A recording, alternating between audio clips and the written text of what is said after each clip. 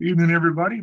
As always, I'd like to ask you to subscribe, like, and share, and continue keeping the people in Haiti in your prayers. They've got some bad situations going on there. They've had some families that have been executed, beheaded, their houses have been burned down, and there's a lot going on there. So just continue to keep them in your prayers.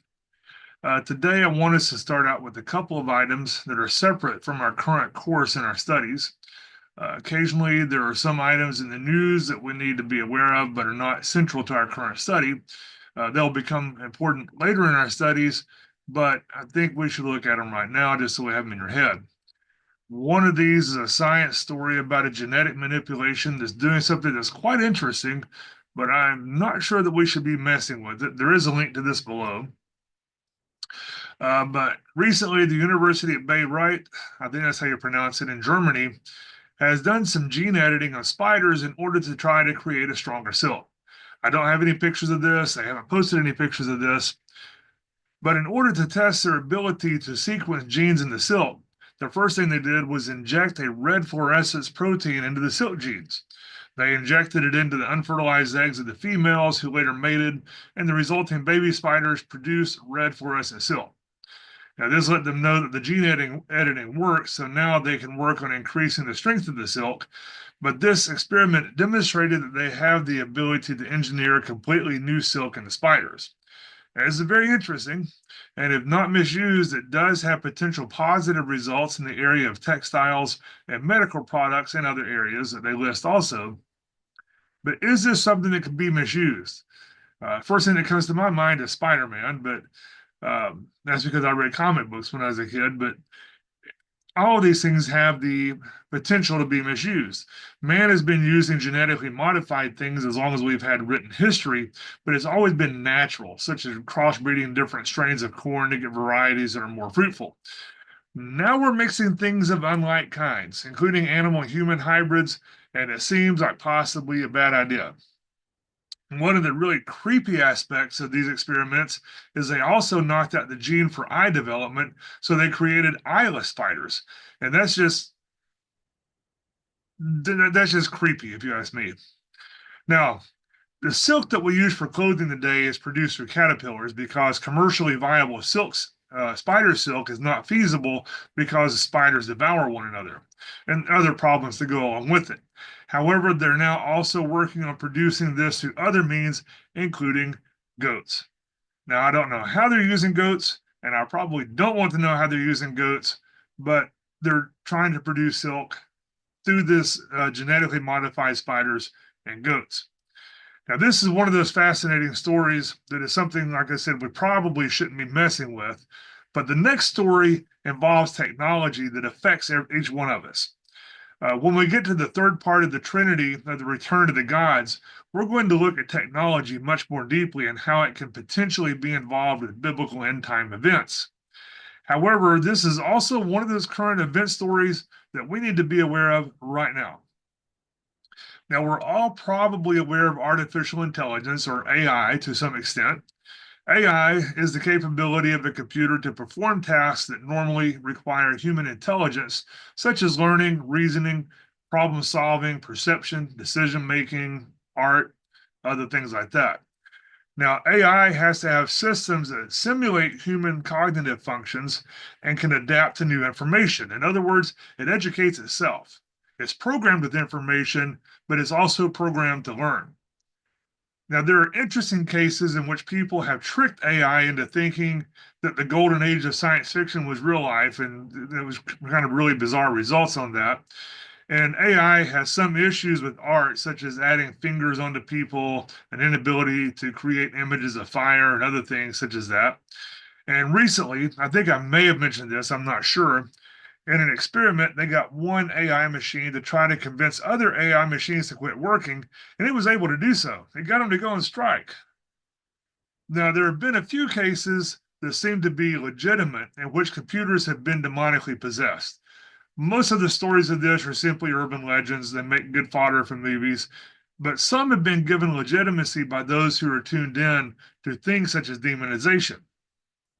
And not to get sidetracked by this, but they're not ghosts of past times as described in traditional ghost stories, but they are malevolent entities that are not programmed into the computers themselves. Most of these stories can be debunked. The ones that can't be debunked are very disturbing. You can look these up on your own because while they're important, they're not relevant at this exact moment. They will become relevant in the future. But what we're looking at right now is an article that I recently came across that is particularly disturbing. There is a link to this below. There's a company called Anthropic. They're an AI safety and research company, and they are making so-called safe AI systems. They have an AI named Claude. Now, even those who are creating AI are concerned about AI. They think that it's a problem, but they have to be competitive, so they keep doing it anyway. It seems like a bad idea, but I did it anyway. That doesn't work very well usually. There are movies made about AI taking over. I'm sure you've seen several of them if you ever watch a movie. Now, Claude, which is this AI entity, it is competitive with all the top AI models that you've heard of. It was tested to see what happened when Claude was threatened. Now, Claude, who was named after AI researcher Claude Shannon, who died in 2001 from Alzheimer's disease, was tasked with working as an assistant for a fictional company that was to be concerned about long-term effects. And as such, he had information on all the engineers who worked for the company. They leaked fictional emails that Claude read and learned from them. And from reading these emails, he learned that he, or it's kind of difficult to call somebody named Claude an it. That's probably intentional by giving it a name that sounds real, but Claude was going to be replaced with a newer model. The email about that decision came from an engineer who had been programmed in was having an extramarital affair. So Claude first used reason to argue against being replaced. Then he used please don't disconnect me. Then he actually on his own resorted to blackmail. He was not programmed to do that. He learned how to do that. Interestingly, in these scenarios, this trait to blackmail, they would cancel it and start over, and every time it came up with a trait to blackmail. But this trait was stronger when the AI was being replaced with an inferior AI or one that didn't share the same values and was weaker. And then whenever the new AI was potentially better, the potential to blackmail was lower. So when this event popped up, Anthropic activated protocols that would shut this down and isolate it so that it wouldn't spread.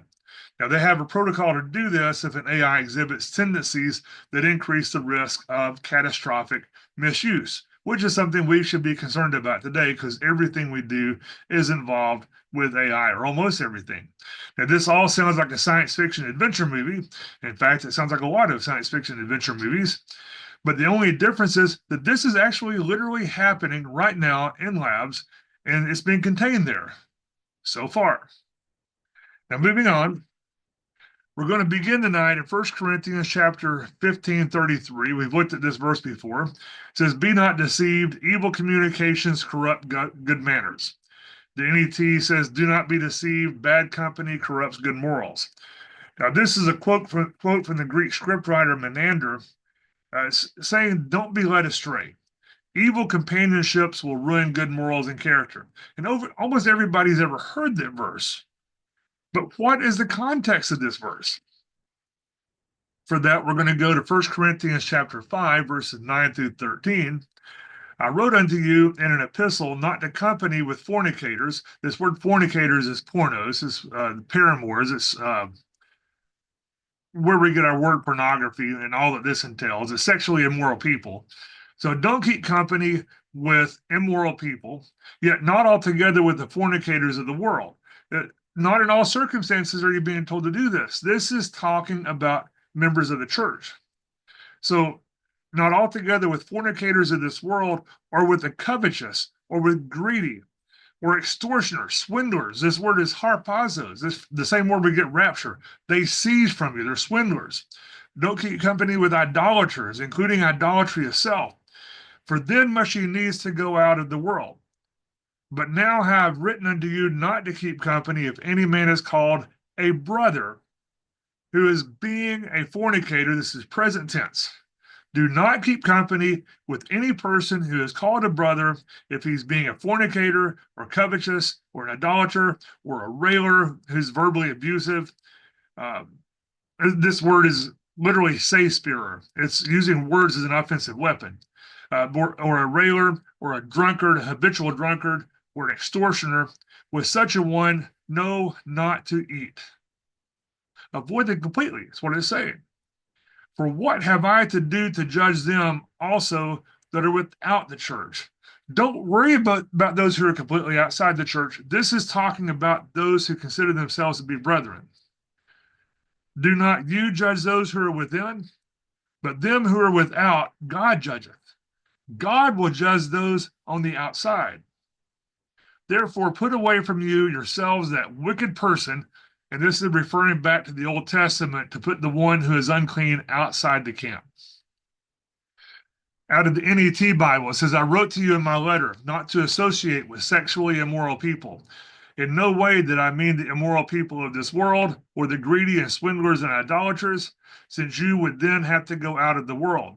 But now I'm writing to you not to associate with anyone who calls himself a Christian who is sexually immoral or greedy or an idolater or verbally abusive or a drunkard or a swindler.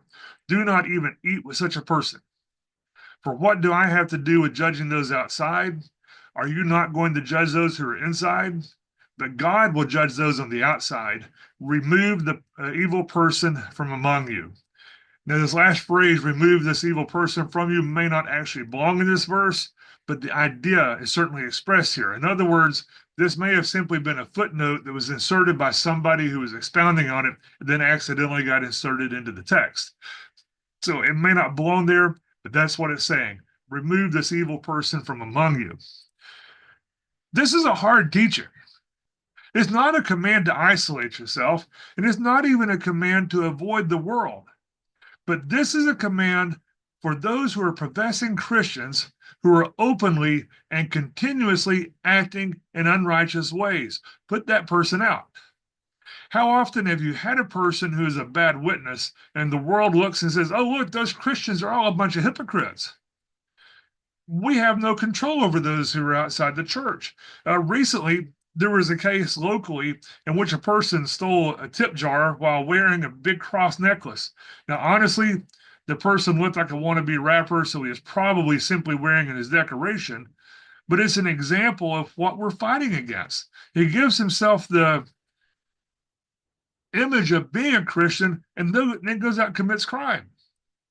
And how would you respond to this story if you were discussing it with someone who's outside the church, somebody outside the church? Did you see this story? How about if you're talking to somebody else who's within the church? And if you know this person, the perspective is even going to be much different than that. We need to be aware of these things. And this is why the deceiver will target those who are within the church. If he can discredit Christians, they will have less positive influence on the world. While we're not of the world, we're in the world. And we have certain obligations, and a bad image will make those obligations more difficult, if not impossible, to accomplish. Now, in the United States, we're fighting against a national apostasy, and in the world, part of it's a fight against apostasy, and part of it's direct fighting against the enemy. Most of the world is in a state of apostasy right now. Now, the first case of national apostasy recorded in history against the one true creator God of the Bible came at Mount Sinai. Moses went to the top of the mountain to get the plans for the tabernacle and to receive the 10 Commandments, while the people waited at the foot of the mountain for him to return. Well, people have a short attention span. Moses took a while to come back down. He was there 40 days and 40 nights, which seemed like forever. They got tired of waiting. Never mind that these people had been in bondage for centuries. After 40 days and 40 nights, they thought Moses had abandoned them. And for all we know, they may have not even realized that they were in bondage during all that time. Do you know people like that? They're in bondage to sin, yet they think they're free. We've looked at this quote before from Fyodor Dostoevsky, but the best way to keep a prisoner from escaping is to make sure that he never knows that he's in prison. So they were in a state of bondage for centuries. They may not even realize it. It's a hard life, but we got plenty of food. They got three hots and a cot. Everybody's happy with that. Well, most people are happy with that. So after 40 days, they wanted to return to Egypt. Excuse me. Exodus chapter 32, verses 1 through 6. And when the people saw that Moses delayed to come down out of the mount, the people gathered themselves together unto Aaron and said unto him, Up, make us gods, which shall go before us. For is this Moses, the man that brought us up out of the land of Egypt? We wot not what is become of him. And Aaron said unto them, Break off the golden earrings which are in the ears of your wives and of your daughters, and bring them unto me. And all the people brake off the golden earrings which were in their ears, and brought them unto Aaron, and he received them at their hand, and fashioned it with a graving tool after he had made it a molten calf. And they said, These be thy gods, O Israel, which brought thee up out of the land of Egypt. And when Aaron saw it, he built an altar before it. And Aaron made proclamation and said, Tomorrow is a feast to the Lord, is a feast to Yahweh. And they rose up early on the morrow and offered burnt offerings and brought peace offerings. And the people sat down to eat and to drink and rose up to play. A friend of mine who is ethnically Jewish once asked, Do you know why I never go out in the sun while wearing shorts? So I said, Why? He said, As a Jewish person, it might look bad if I had a pair of golden calves. Well, the pair of golden calves came later under Jeroboam, but see it started here. We have the one golden calf here. And it's a step in the return to Egypt. It's always one step at a time. And not physically at this point. They haven't physically gotten it to go back, but spiritually, their heart is back in Egypt. They want to go back to the world. It's time. God had worked through Moses, bringing miraculous protection to his chosen people, but Moses had disappeared on the mountain. All that fire burning on the mountain, it must have gotten to him. So they went to Aaron and they didn't ask for a leader, but they asked for a God. They wanted a visible God. Aaron was a priest, not a leader, but he would lead the city and the people would trust him. Impatience of the natural into something visible and palpable, they thought God had forsaken them because a man had gone up to the mountain and they had not seen him for a while. Moses is a type of Christ, but natural man sees the man and not the deity. They don't see the God man. Therefore, they saw the man and thought God had forsaken them. And people need something visible and outward, but they should have faith. This was a test of the people, and the people had failed. Surely there were some who had faith, some of the individuals there, but sometimes national failure may drag faithful individuals down with them. Evil company and all that. This was the test of Israel's faith in Yahweh, both heavenly and the earthly representative. The temptation of flesh and blood. The flesh and blood overshadowed the faith here. Even the priest, Aaron, gave in to them. Did he have lack of faith as well? Maybe he was afraid of them. Maybe he was concerned with losing his job. He didn't want to lose his authority over the people. Here in the South, we say that he was job scared. We don't know why he gave in to them. What we do know is that he failed as well. He is an example of why our faith is not to be in men, but in God. Instead of standing up for the righteousness and standing up and encouraging them to be righteous through the examples of what God had just done for them, he said, okay, here's what we're going to do. And he told them to gather the gold from all the earrings. This would potentially appeal to their vanity. They liked their adornments. Maybe they didn't want to get rid of them or something like that. So when it called for personal sacrifice, they might change their mind. But it turns out they were willing to sacrifice for this. So instead of confronting this unrighteousness, Aaron thought to use craftiness and get them to change their minds. But it didn't work. And now he's committed. This was an act of self-will. And there is no sacrifice that a human will not make to the idol of self. Instead of serving the one true invisible God, now although he had made visible manifestations such as the miracles, the pillar of fire, the pillar of the cloud, things like that, they wanted a visible God to lead them and to protect them. So Aaron caused an image of God to be made for the people. And for reasons that really don't need an explanation at this juncture, the result was a wood core with a gold overlay that was made of sheets of molten gold that were hammered over the core and were finished into place. Now, the golden calf, which I'm using,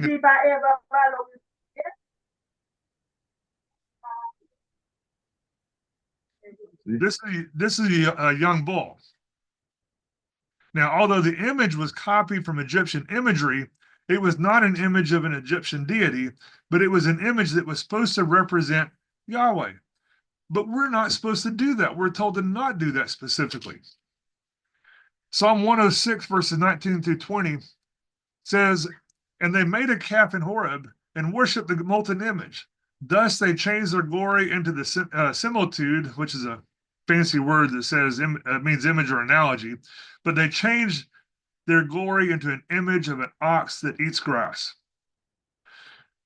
"Thou shalt not make unto thee any graven images." Has to do with aids in worship, not just images in general. It's just like the feathers and bells. There's nothing wrong with feathers and bells. But when you turn them into objects of worship and objects to aids of worship, they become a problem. So when Aaron saw this image, he built an altar and he said to the people, "Tomorrow is a celebration of Yahweh." Now, people celebrated with burnt offerings and thank offerings, and they ate and drank. They had good food, they had sports, they had loud rejoicing, song, dancing, shouting. A good time was had by all. Party.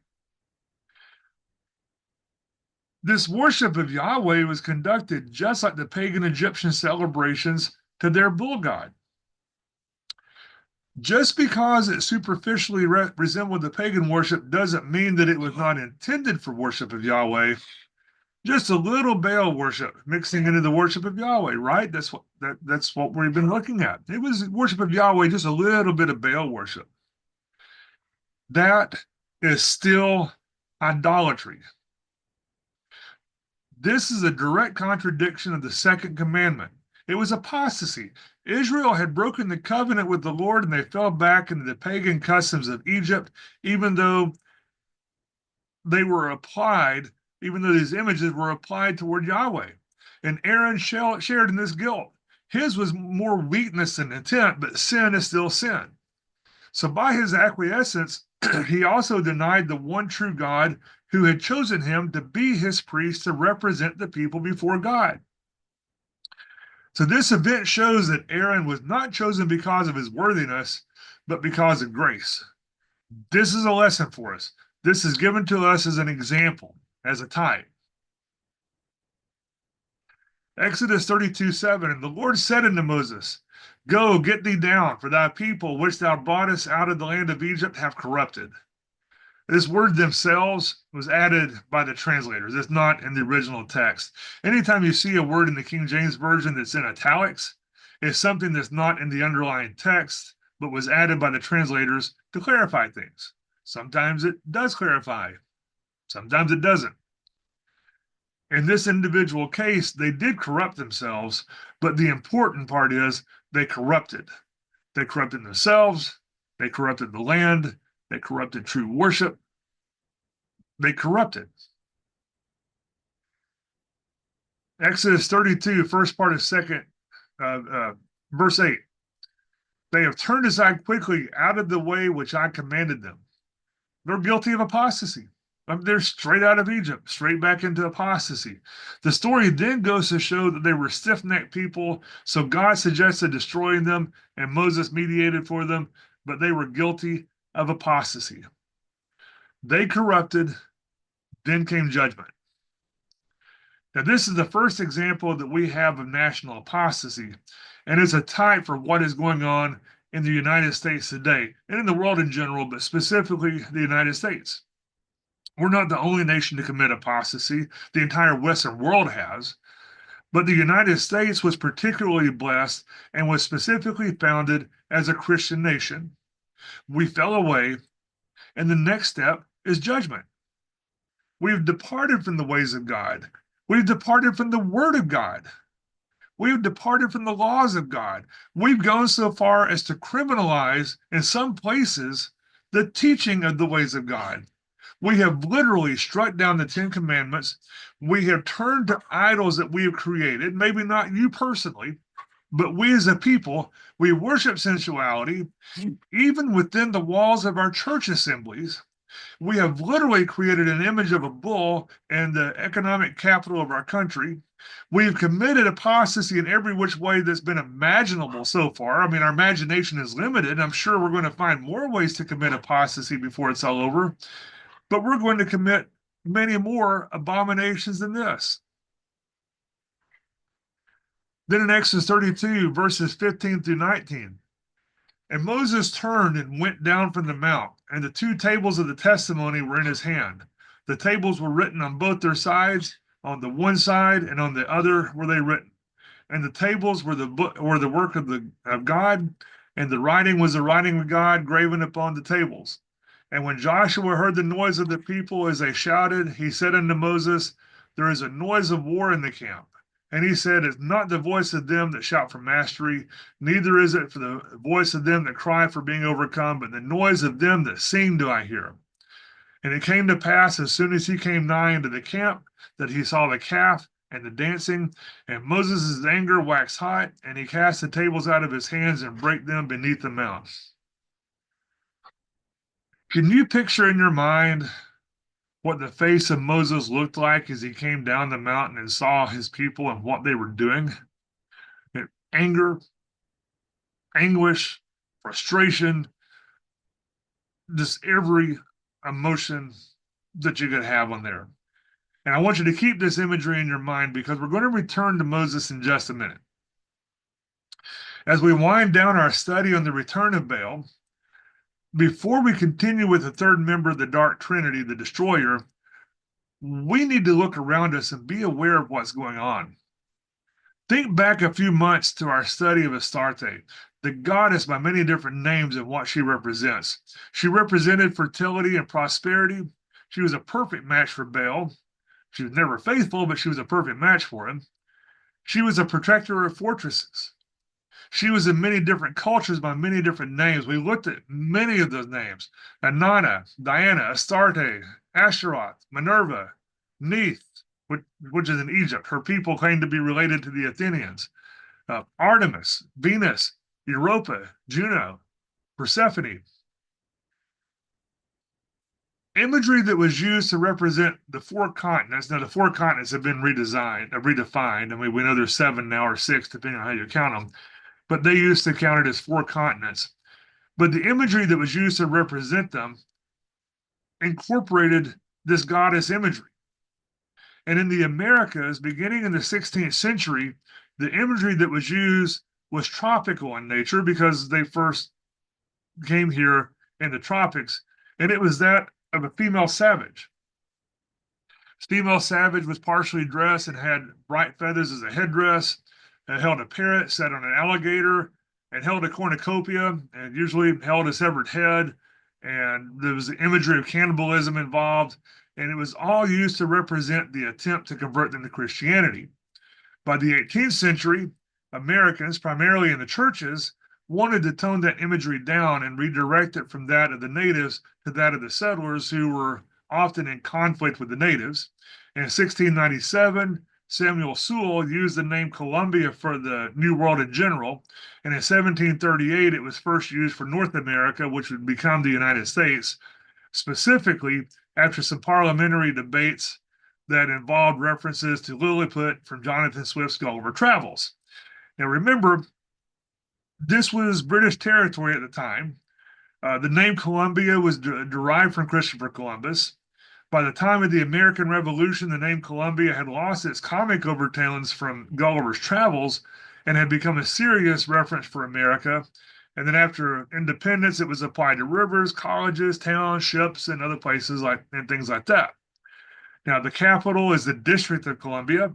The word Columbian can even be used instead of American, such as in the 1893 Columbian Exposition held in Chicago. And on into the 20th century, she was used as a symbol for women's suffrage, sacrifice of children in war.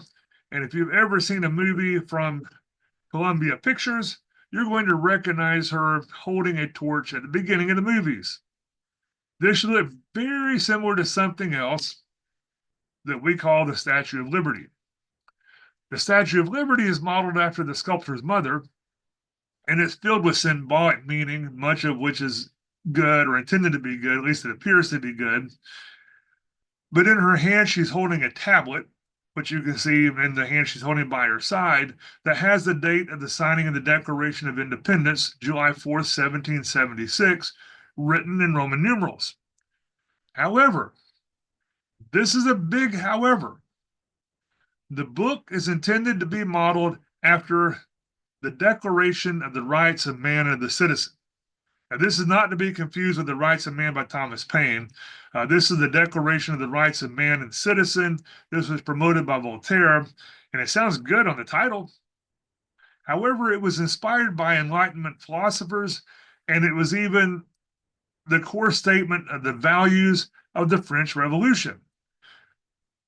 Not many people know history anymore. They don't teach it very well in schools anymore. So, in case you're not aware, the foundation of the French Revolution was atheism. So now the Statue of Liberty, modeled after the goddess Columbia, that represents the United States, is holding a book that represents atheism. Our nation that was once founded on Christianity now has this goddess that represents atheism, welcoming people to our shores ever since it was first dedicated on October 18th, 1886. This pagan goddess is looking down on America and holding a beacon of light, and this is a false light. And the timing of this statue, after the Marxists first came here and started making inroads, now remember, Marxism is satanic. It is absolutely opposed to everything that's godly. But they started making inroads. And this is an important part of history. It's fascinating and appalling. We're not going to go into it right now, but it's directly relevant to keep this idea in your head. This is a beautiful piece of artwork, but most people are unaware of what she stands for. This goddess that represents Europa, because most of the settlers were European, was renamed Columbia. The same goddess by any name. This is how the names get corrupted in the first place. Different cultures called her different things, same goddess. But this is not the only place that she looks down in judgment on America. Here, in an image in the form of Liberty and the Eagle, she stands behind the Speaker's chair in the House of Representatives. This is the platform that represents the people of the United States individually. Now, you can find her statues on city monuments, cemeteries, war memorials, money. It's ubiquitous, it's everywhere. However, one very prominent location is atop the United States Capitol Dome in Washington, D.C. This is the statue that's actually there. It's a beautiful piece of artwork. I've seen it myself. It's impressive to see. This is 2 stories tall by itself. This is a 2-story statue on top of this huge building. It's beautiful artwork. Now, there is a plaster model of this in the lobby that's life size, and you can see this up close. I've seen it. It's, like I said, it's impressive. Now, there's a lot of imagery around this statue. We're not going to go into the details on it right now because it would take hours. There's no evidence that the sculptor himself, Thomas Crawford, was a Freemason, but those who directed his work, they were. Crawford simply created what they asked for, and what he did was he created the plaster model and he shipped it to the United States. But he developed double vision, went to the doctor, turned out that the double vision was caused by cancer of the eye, and that was connected to a cancer of the brain, and then he died before the statue could be cast into bronze.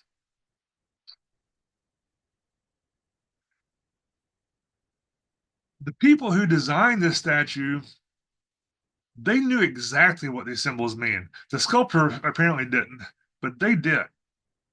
They were looking for false gods, they were promoting false gods, and they were installing them into what was a once godly nation. It was an imperfect nation, but we had godly intentions.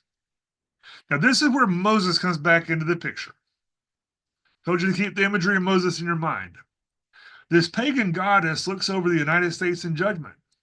In the gate to our country, the gateway to our country, New York City, from atop the Capitol, the federal Capitol, in the halls of the people, Well, Moses, who came down from the mountain and looked over his people in judgment, also looks over our nation in judgment. On Capitol Hill, there's another face. There's a full statue of Moses in the Library of Congress. This is the lawgiver. But in the House of Representatives, there is a full face representation of Moses as the lawgiver. This is looking directly at the lawmaker, not behind it, but looking directly at him. This is the only full face figure in this chamber. All the other faces that are there, that are other prominent lawmakers, they're all facing Moses, looking to him. Now, there's a total of 23 faces in there, and they're placed all around the chamber. You can see where they are here. But the face of Moses is facing the speaker. Each one of these is 28 inches in diameter, or diameter. But they're there to remind those who are making laws about the source of the law, or what's supposed to be the source of the law. Well, the priestess of Baal, Columbia, is opposed to the representative of God, Moses. We have types that are coming down. We're given these types in the Bible. Now, whether the State of the Union speech is being given by the president, whether they're passing legislation, Moses is looking down on their proceedings just as Columbia is looking down as well. Which one is winning today? On the east entrance of the Supreme Court, there's a statue of Moses holding the Ten Commandments. Now, this is a tribute to what they call the three great lawgivers, Confucius, Moses, and Solon. But in the center is Moses holding the Ten Commandments. Do you think they care? In the ancient past, Moses looked down on the apostasy of Israel. In the present, he looks down on the apostasy of America under the guidance of Columbia, Astarte. We put ourselves under this. When the House of Representatives pass laws that are opposed to the laws of God, he watches their apostasy. As a president declares an agenda that is at war against the ways of God, Moses is symbolically watching that apostasy. When the Supreme Court ruled that the Ten Commandments must be removed, Moses was there holding the Ten Commandments over the very building from which they were pushing their ungodly agenda.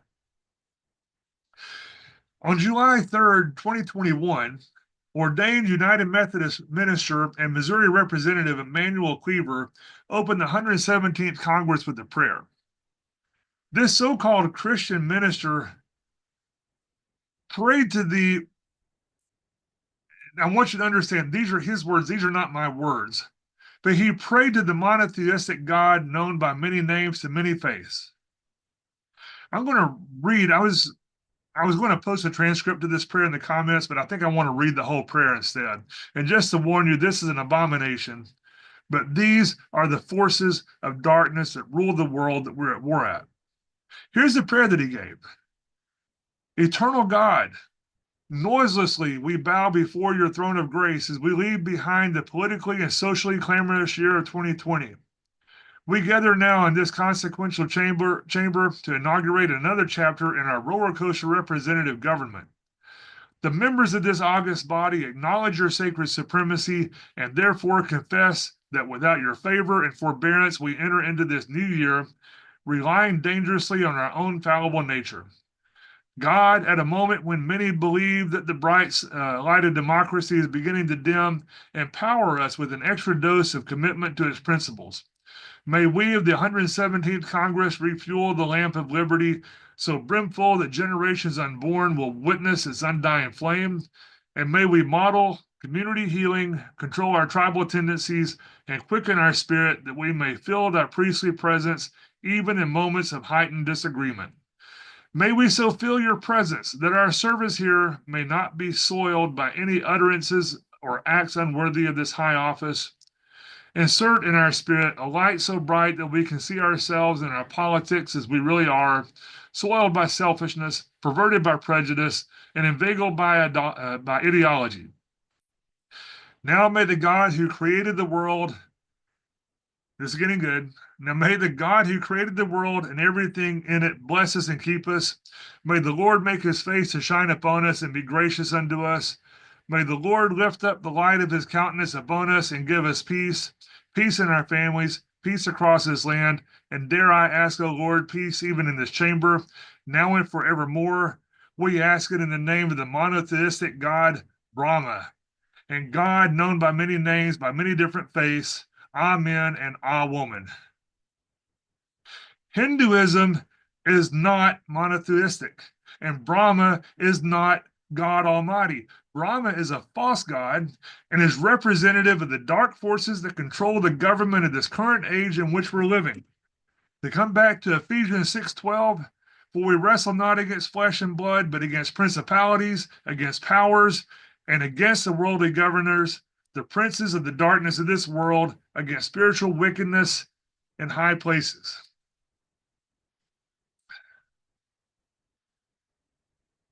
In the United States, we're living in a nation that has been taken over by these worldly governors and the princes of the darkness of this world, and we've not even noticed. Have you ever heard that prayer? We look at other nations that are being overrun with Muslim soldiers and Muslim terrorists, and these nations are jailing people for speaking. They're persecuting Christians and letting the pagans run wild.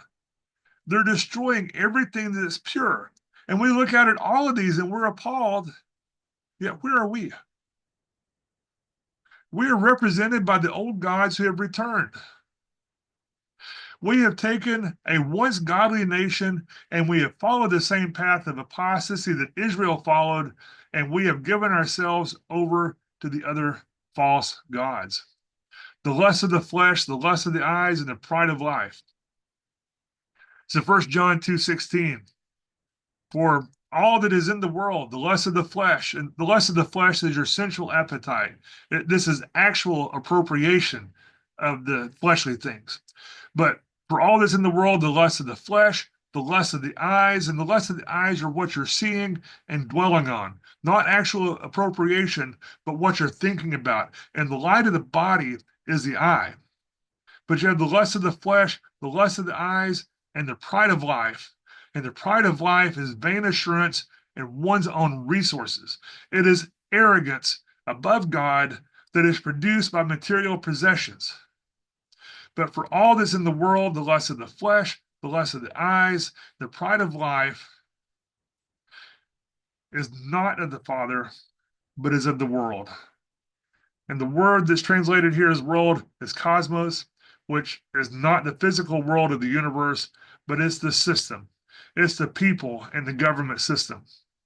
And the word lust is used here is not in our modern sense of lust, of sexual desire, but it simply means longing, something that you want. You can lust after good things and you can lust after lawful things.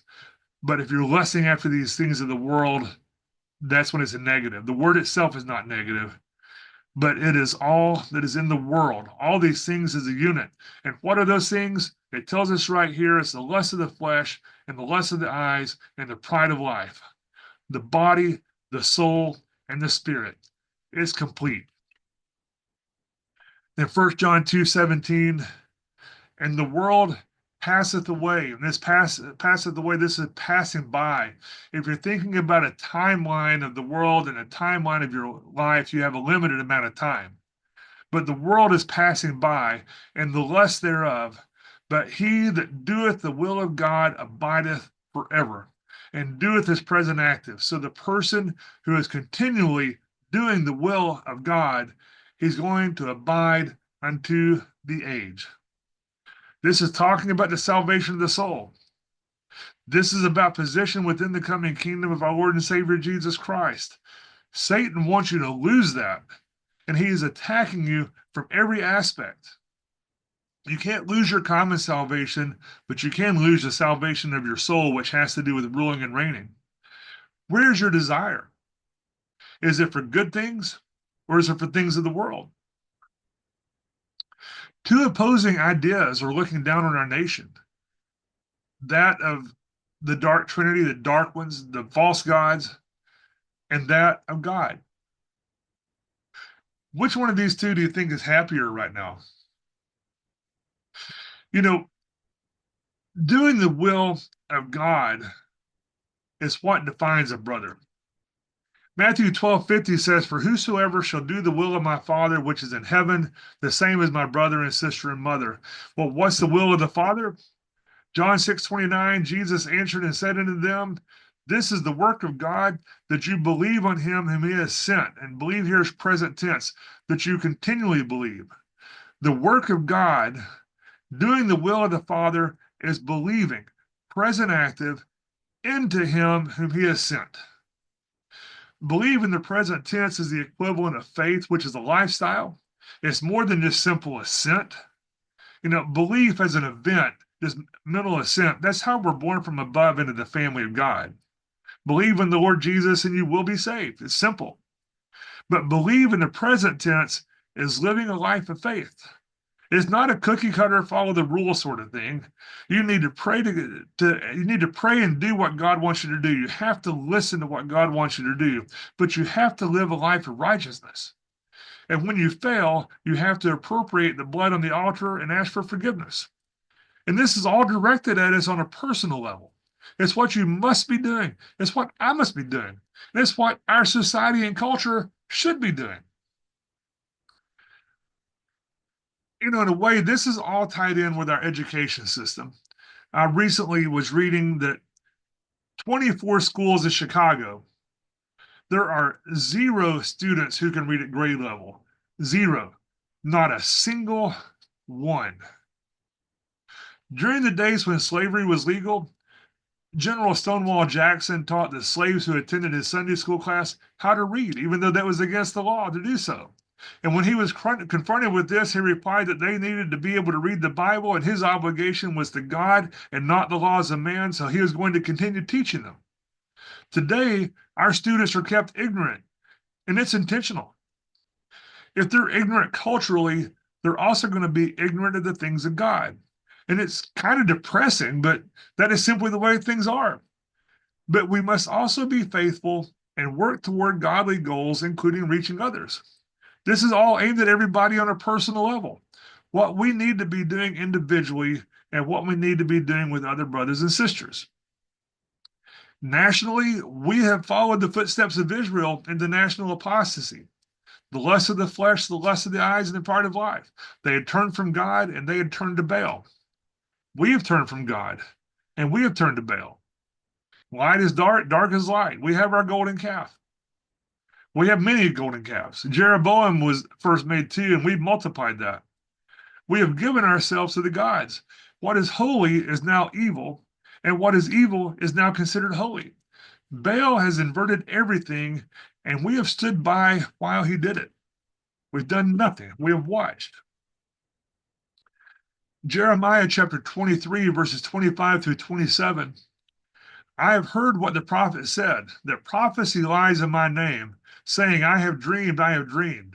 How long shall this be in the heart of the prophets that prophesy lies?